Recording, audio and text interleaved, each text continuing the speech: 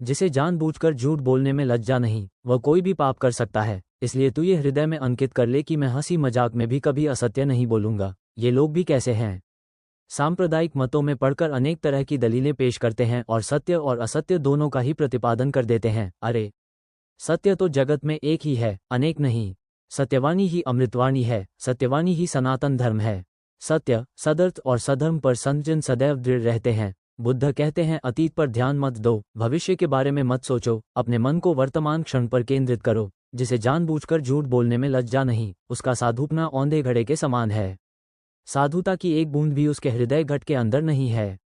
सभा में, परिषद में अथवा एकांत में किसी से झूठ न बोलें। झूठ बोलने के लिए दूसरों को प्रेरित न करें और न झूठ बोलने वाले को प्रोत्साहन दें।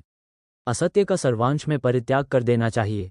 असत्यवादी नरकगामी होते हैं और वे भी नरक में जाते हैं, जो करके नहीं किया कहते हैं।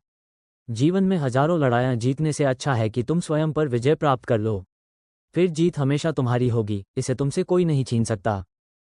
संतोष सबसे बड़ा धन है, वफादारी सबसे बड़ा संबंध है और स्वास्थ्य सबसे बड़ा उपहार है। जीवन में हजारों लड़ाइयां जीतने से अच्छा है कि तुम स्वयं पर विजय प्राप्त कर लो। फिर जीत हमेशा तुम्हारी होगी, इसे तुमसे कोई नहीं छीन सकता। जिसे जानबूझकर झूठ बोलने में लज्जा नहीं, उसका साधुपना औंधे घड़े के समान है। साधुता की एक बूंद भी उसके हृदय घट के अंदर नहीं है। सभा में, परिषद में अथवा एकांत में किसी से झूठ न बोलें। झूठ बोलने के लिए दूसरों को प्रेरित न करें और न झूठ बोलने वाले को प्रोत्साहन दें। असत्य का सर्वांश में परित्याग कर देना चाहिए। असत्यवादी नरकगामी होते हैं और वे भी नरक में जाते हैं, जो करके नहीं किया कहते हैं। हजारों खोखले शब्दों से अच्छा वह एक शब्द है जो शांति लाएं। आपको अगर मोक्ष पाना है तो खुद ही मेहनत करनी होगी, दूसरों पर निर्भर मत रहिए। जिसने अपने मन को वश में कर लिया उसने शांति को प्राप्त कर लिया। अगर आप अपने लक्ष्य में कामयाब होना चाहते हैं तो खुद पर विश्वास रखना आवश्यक है। हम जब भी क्रोधित होते हैं सच का मार्ग छोड़ देते हैं। आप जैसा सोचते हैं आप बिल्कुल वैसे ही बनते हैं, इसलिए अच्छा बनने के लिए हमेशा अच्छा सोचिए। श्री कृष्ण ने अपनी पूरी सेना दुर्योधन को सौंप दी थी और स्वयं पांडवों की तरफ से युद्ध का आगाज कर रहे थे। भगवान कृष्ण ने अर्जुन से वादा किया था कि वह युद्ध में हथियार नहीं उठाएंगे और निहत्थे ही पांडवों को विजयी बनाएंगे। युद्ध के 9वें दिन कौरवों के सेनापति भीष्म पितामह में चारों तरफ कहर बरपा रखा था। वो अकेले ही पूरी पांडव सेना पर भारी पड़ रहे थे। भीष्म पितामह अपने वचन और प्रतिज्ञा पर अडिग रहने के लिए जाने जाते थे। उनका मानना था कि जो प्रतिज्ञा उन्होंने की है उसे प्राण देकर भी निभाना है। एक तरफ श्री कृष्ण अपने निहत्थे रहने के वचन से बंधे थे, लेकिन वहीं भीष्म पितामह पांडव सेना पर आग उगल रहे थे। ऐसा लग रहा था मानो कुछ क्षण में ही भीष्म पांडवों को हरा देंगे। श्री कृष्ण का पूरा जीवन हमारे लिए प्रेरणा का स्रोत है।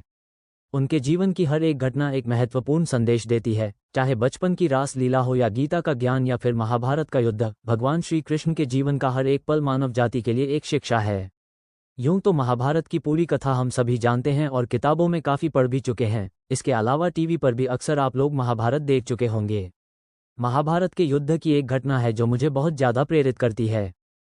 ये घटना हमें सिखाती है कि जीवन में कठिनाइयां और समस्याएं आएंगी, लेकिन हमें धैर्य, साहस और कर्तव्यनिष्ठा के साथ उनका सामना करना चाहिए। श्री कृष्ण ने अपने लोगों की रक्षा के लिए निडर होकर पर्वत उठाया, ये दिखाते हुए कि जब तक हम अपने कर्तव्य का पालन करते हैं और ईश्वर में विश्वास रखते हैं, तब तक कोई भी संकट हमें नहीं हरा सकता। गांव वाले बहुत डर गए और इंद्रदेव से रक्षा की प्रार्थना करने लगे, लेकिन कृष्ण ने उन्हें धैर्य रखने के लिए कहा और अपनी छोटी अंगुली पर पूरे गोवर्धन पर्वत को उठा लिया। उन्होंने सभी गांववासियों को पर्वत के नीचे शरण दी और 7 दिनों तक बिना किसी डर के बारिश से उनकी रक्षा की। अंत में इंद्रदेव ने अपनी हार स्वीकार की और श्री कृष्ण की महिमा को समझा। श्री कृष्ण का बाल्यकाल वृंदावन में बीता, जहां उन्होंने अपनी बाल लीलाओं से सभी का मन मोह लिया। उनमें से एक प्रसिद्ध घटना है माखन चोरी की। वृंदावन की गोपियां अक्सर शिकायत करती थीं कि बाल कृष्ण उनके घरों में माखन चुरा लेते हैं। कृष्ण अपनी सखाओं के साथ चुपके से गोपियों के घरों में जाते, मटकों से माखन निकालते और फिर बड़े प्रेम से उसे खाते। गोपियां पहले गुस्सा करती, लेकिन जब वे कृष्ण की मासूमियत और प्रेम देखती तो उनका गुस्सा